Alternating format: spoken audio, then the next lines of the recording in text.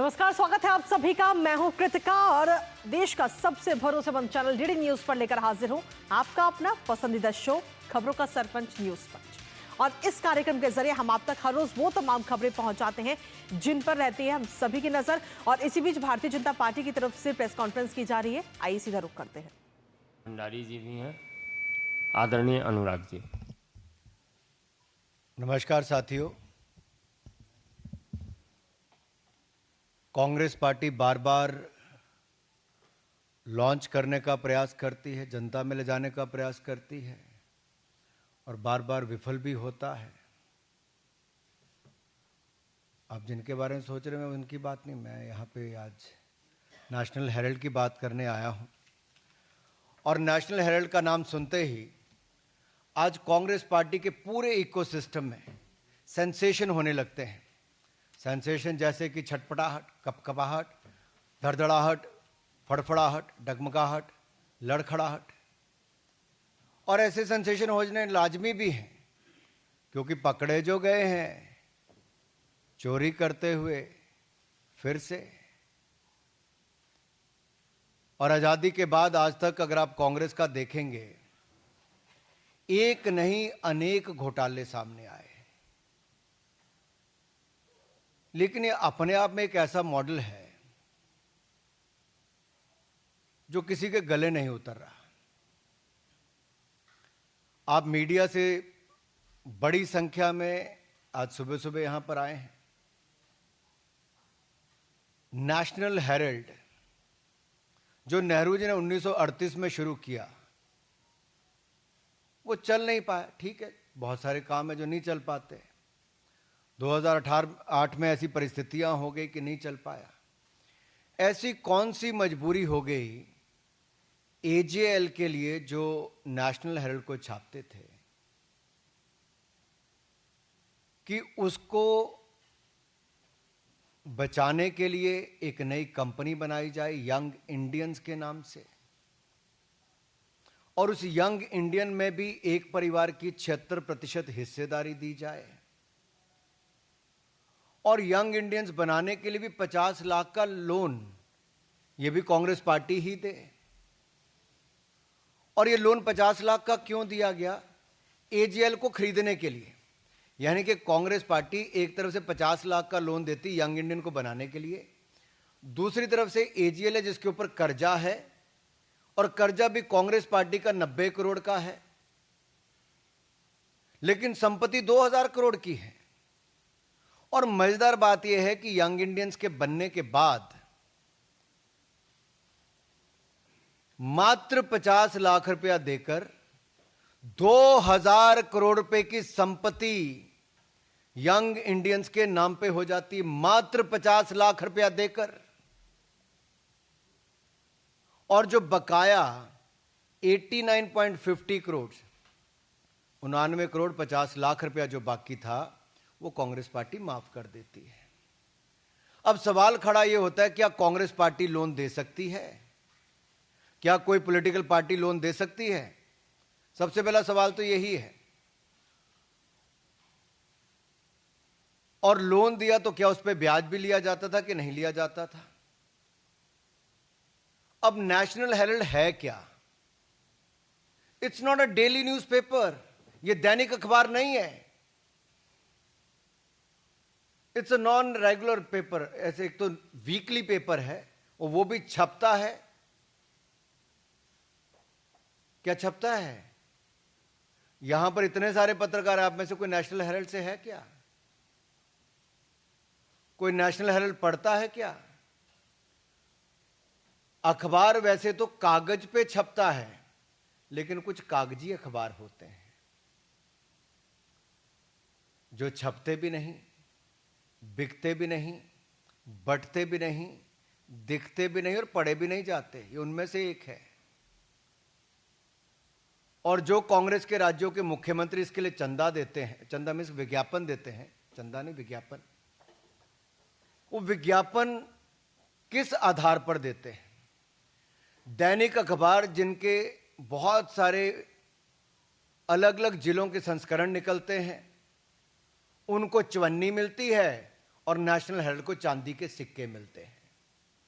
और मेरे अपने राज्य हिमाचल प्रदेश में बड़े बड़े दैनिक समाचार पत्रों को जो नहीं मिलता, यानी कि उनको चवन्नी मिलती है और नेशनल हेराल्ड को चांदी के सिक्के मिलते हैं। और वहीं पर प्रदेश के मुख्यमंत्री जिन्होंने बड़े बड़े वायदे किए थे, या कांग्रेस पार्टी ने, वो 10 गारंटियां आज तक पूरी नहीं हुई। ना महिलाओं को पैसे मिले, ना डीए की किस्त मिली, ना बाकियों को गोबर खरीदा गया, ना दूध खरीदा गया, जो दाम देने थे वो भी नहीं दिए। उसके लिए पैसा नहीं है, लेकिन नेशनल हेराल्ड को विज्ञापन देने के लिए पैसा है। तीसरा,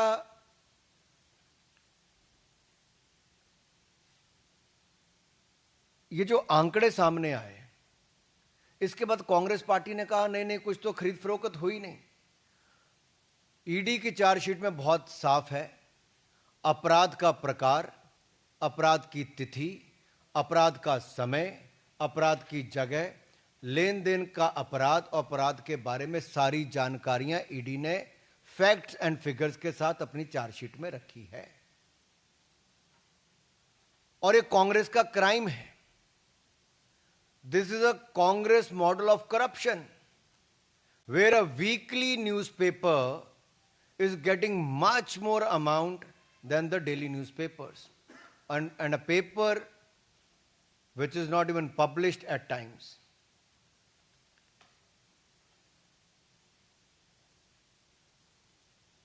ये एटीएम बनकर रह गया कांग्रेस पार्टी के लिए।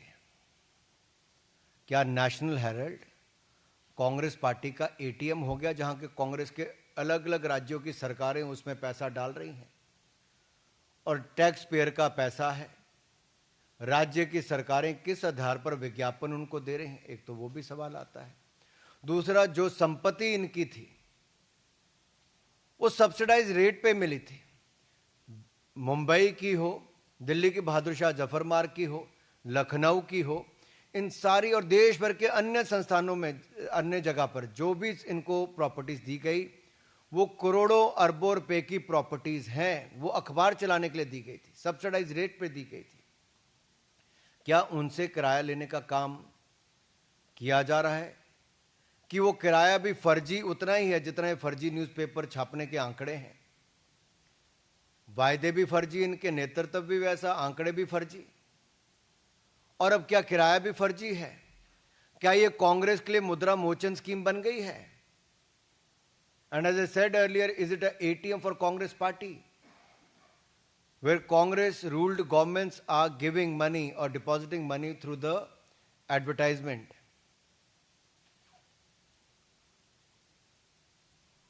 और जहां तक राहुल गांधी जी अपना खटाखट मॉडल की बात करते थे ना, अब ये कांग्रेस शासित राज्यों में खटारा, बीमार और लाचार मॉडल हो गया है। वहां वायदे तो पूरे नहीं किए जा रहे, लेकिन वो सरकारें नेशनल हेराल्ड को चलाने के लिए कैसे विज्ञापन दिया जाए उनसे पैसे दे रही हैं। जनता के सामने फिगर्स आनी चाहिए, कौन कौन कांग्रेस शासित राज्यों से विज्ञापन इस अखबार के लिए दिया गया, कब कब दिया गया, कितना पैसा दिया गया। दूसरा, 50 लाख रुपए में 2000 करोड़ रुपए की संपत्ति का एक कांग्रेस मॉडल ऑफ करप्शन ये देश के सामने आया है। तीसरा, अगर ये अखबार छपता ही नहीं, दिखता नहीं, बिकता नहीं, तो इसके लिए इतना विज्ञापन क्यों दिया जाता है? और वीकली न्यूज़पेपर के लिए चांदी के सिक्के और दैनिक न्यूज़पेपर जो इससे कई गुना ज़्यादा बिकता है, दिखता है, उसको चवन्नी देने का काम क्यों किया जा रहा है? क्या कोई राजनीतिक दल ऐसे लोन दे सकता है, चाहे वो सेक्शन 8 कंपनी हो या सेक्शन 25 कंपनी हो? सवाल एक और इसके सामने खड़ा होता है। आज़ादी से पहले का न्यूज़पेपर है, 1000 से ज़्यादा इसके शेयर धारक थे। अगर कांग्रेस पार्टी ने लोन ही माफ करना था तो एजीएल का क्यों नहीं माफ किया? यंग इंडियंस बनाकर एक परिवार की 76% हिस्सेदारी हो जाती है। कांग्रेस के 2 पूर्व राष्ट्रीय अध्यक्ष 38% इसके शेयर धारक बनते हैं। यानी कि यंग इंडियंस के टोटल कंट्रोल 76% हिस्सेदारी जब एक परिवार के पास, 2 लोगों के पास आ जाती है, तो कांग्रेस पार्टी इसका लोन माफ कर देती है। अगर ये 1000 लोगों के पास एजीएल रहती तो शायद उतने लोगों का ऋण माफ होता।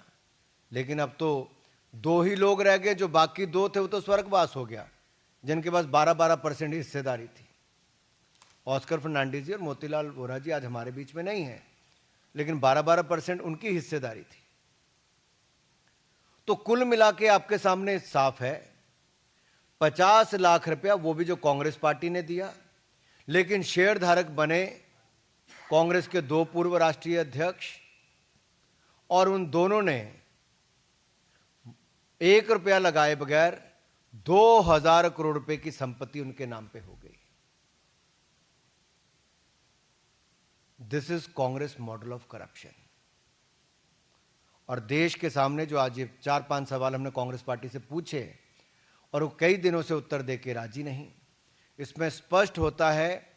बार बार ये लोग कहते हैं कि हमारे लिए कुछ नहीं कहते, कुछ नहीं, लेकिन मैं आपके सामने 2014 में जब इनके खिलाफ ट्रायल कोर्ट ने समन किया, आप याद करिए 2014 ट्रायल कोर्ट ने समन किया, उसके बाद ये हाई कोर्ट गए, सुप्रीम कोर्ट गए, लेकिन हाई कोर्ट और सुप्रीम कोर्ट ने बिल्कुल सही बताया, यानी कि इनको समन उसके बाद हुए। आज भी कांग्रेस के दोनों बड़े नेता बेल पर हैं भ्रष्टाचार के मामले पे, और 2016, 2018, 2024 ये पूरे आप कोर्ट के अगर निर्णय उठाकर देखेंगे तो इनके खिलाफ ही हैं। ईडी की कार्रवाई अब तक बिल्कुल सही मानी गई है, और संपत्ति जो अटैच करने की बात आती है, जो घोटाला सामने आया, एक कांग्रेस का एक और मॉडल ऑफ करप्शन आज देश के सामने आया है। धन्यवाद। प्रश्न साधारण मंत्री से अरुण।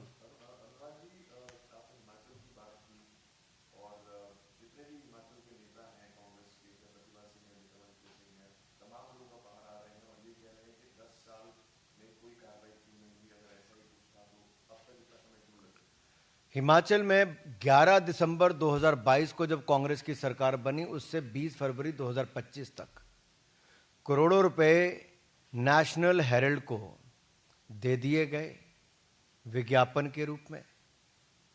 सवाल ये खड़ा होता है, नेशनल हेरल्ड हिमाचल में पढ़ता कौन है?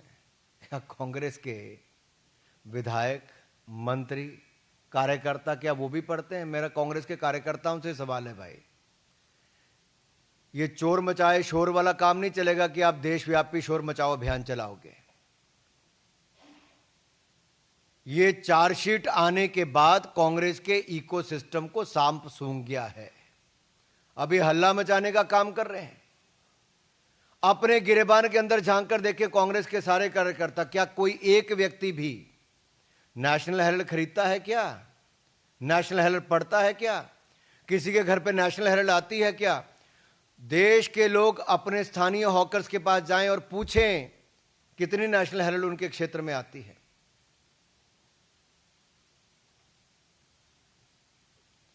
मोहित भट्ट। सीएम का जवाब आया। सीएम ने बेसिकली कहा है कि नेशनल हेरल्ड हमारा अखबार है, हम उसे खूब विज्ञापन देंगे। सो डिफाइंस क्लियरली आ रहा है सामने कांग्रेस का। अगर कांग्रेस के कार्यकर्ता, कांग्रेस के नेता अपने जन्मदिन की अपनी किसी एडवर्टाइजमेंट को देना चाहते तो अपनी जेब से अपना पैसा खर्च के दें। Why tax payer money should be spent on this? एक यहां पर अरविंद केजरीवाल जी का मॉडल था, जब टैक्स पेयर का पैसा दिल्ली की जनता का सैकड़ों करोड़ रुपया केवल अपना चेहरा दिखाने के लिए दे दिया जाता था।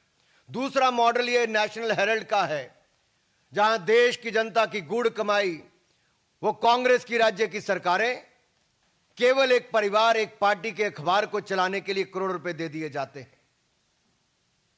ये कांग्रेस मॉडल ऑफ करप्शन बेशर्मी के साथ, चोर मचाए शोर ही नहीं, एक तो चोरी और ऊपर से सीना जोरी करने की बात है। कैसे किसी राज्य का चुना हुआ मुख्यमंत्री या उस पार्टी के मंत्री इस तरह के बयान दे सकते हैं? ये बेशर्मी भरे बयान है। ये लोकतंत्र पर एक चुनी हुई सरकार इस तरह से टिप्पणी कर कैसे सकती है?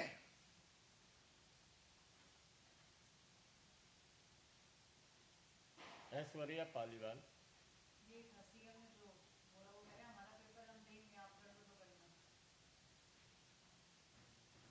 ये तो लोकतंत्र में तो जनता करती है, क्या करना है। सवाल यह है ऐश्वर्या जी कि हिमाचल प्रदेश की जो 10 गारंटियां वो क्यों पूरी नहीं की? जो युवाओं को नौकरी नहीं दी, 1500 रुपया महीना महिलाओं को नहीं दिया, उसके लिए पैसा नहीं, डीए की किस्त देने के लिए पैसा नहीं, तनख्वाह देने के लिए पैसा नहीं, कर्जा 1 लाख करोड़ से ज्यादा हिमाचल का हो गया, 2 रुपए किलो गोबर, 100 रुपए लीटर दूध खरीदने के लिए पैसा नहीं, बागवानों को उचित दाम देने के लिए पैसा नहीं, लेकिन नेशनल हेराल्ड को पैसा देने के लिए आपके पास पैसा है और आप सीना ठोक कर कहते हैं कि हम पैसा देंगे। इसलिए मैंने कहा चोरी भी और सीना चोरी भी। रविकांत राय। अनुराग जी, पूरी कांग्रेस पार्टी जो है वो सोनिया गांधी और राहुल गांधी को डिफेंड करने के लिए खड़ी हो गई है। अलग अलग जगहों पर ईडी के दफ्तर पर प्रोटेस्ट हुए हैं। कांग्रेस पार्टी का ये आरोप है कि बीजेपी जानबूझकर इस मामले को लंबा खींच रही है ताकि गांधी फैमिली को डिटेन किया जाए और इस केस में कोई एविडेंस अब तक नहीं मिला।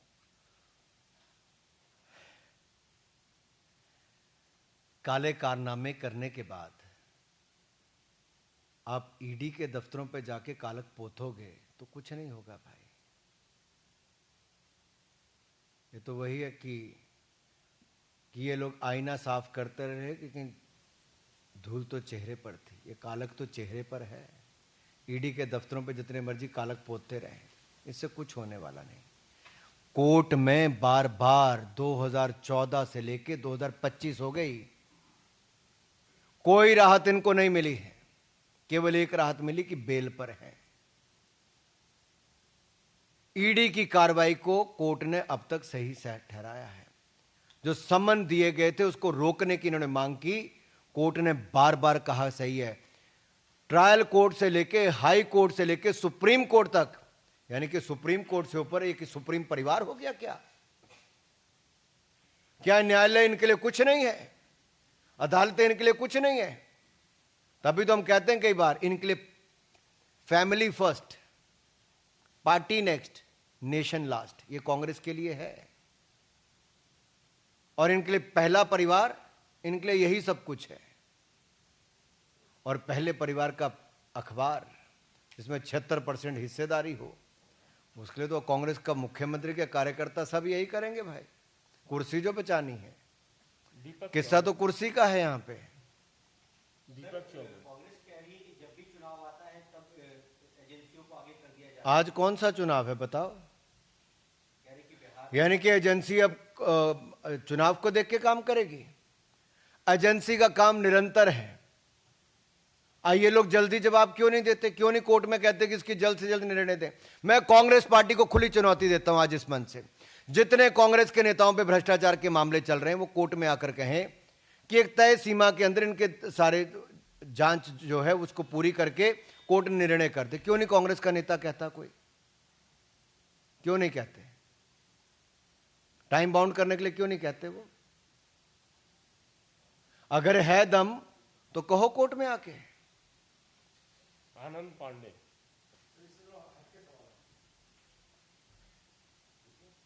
इसी विषय पे है तो कोई नहीं, हट जितना मर्जी हट के पूछ लो।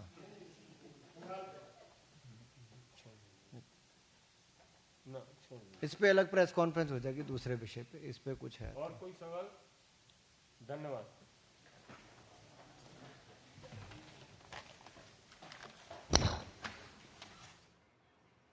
तो भारतीय जनता पार्टी की प्रेस कॉन्फ्रेंस आप देख रहे थे, जहां आपको बता दें कि कांग्रेस पर हमलावर होते हुए भारतीय जनता पार्टी नजर आया। अनुराग सिंह ठाकुर ने कई सारी बातों का जिक्र किया, खासतौर पर नेशनल हेराल्ड केस को लेकर ये प्रेस कॉन्फ्रेंस की गई और इस प्रेस कॉन्फ्रेंस में कई बातों का जिक्र उन्होंने किया। उन्होंने साफ तौर पर कहा कि कांग्रेस के 2 बड़े नेता इस वक्त बेल पर हैं और यही राहत उन्हें मिली है। साथ ही देश की आम जनता को भी कहा उन्होंने कि वो अपने हॉकर से पूछे कि नेशनल हेराल्ड आखिर कितने लोगों को क्या जाता है, क्या उसकी संख्या है। ये तमाम चीज़ों का जिक्र करते हुए अनुराग ठाकुर नजर आया। इसके साथ ही अनुराग ठाकुर ने अपने इस प्रेस कॉन्फ्रेंस में और भी कई बातों का जिक्र किया। उन्होंने सीधे तौर पर कहा कि नेशनल हेराल्ड सीधे तौर पर कांग्रेस का मॉडल ऑफ करप्शन है।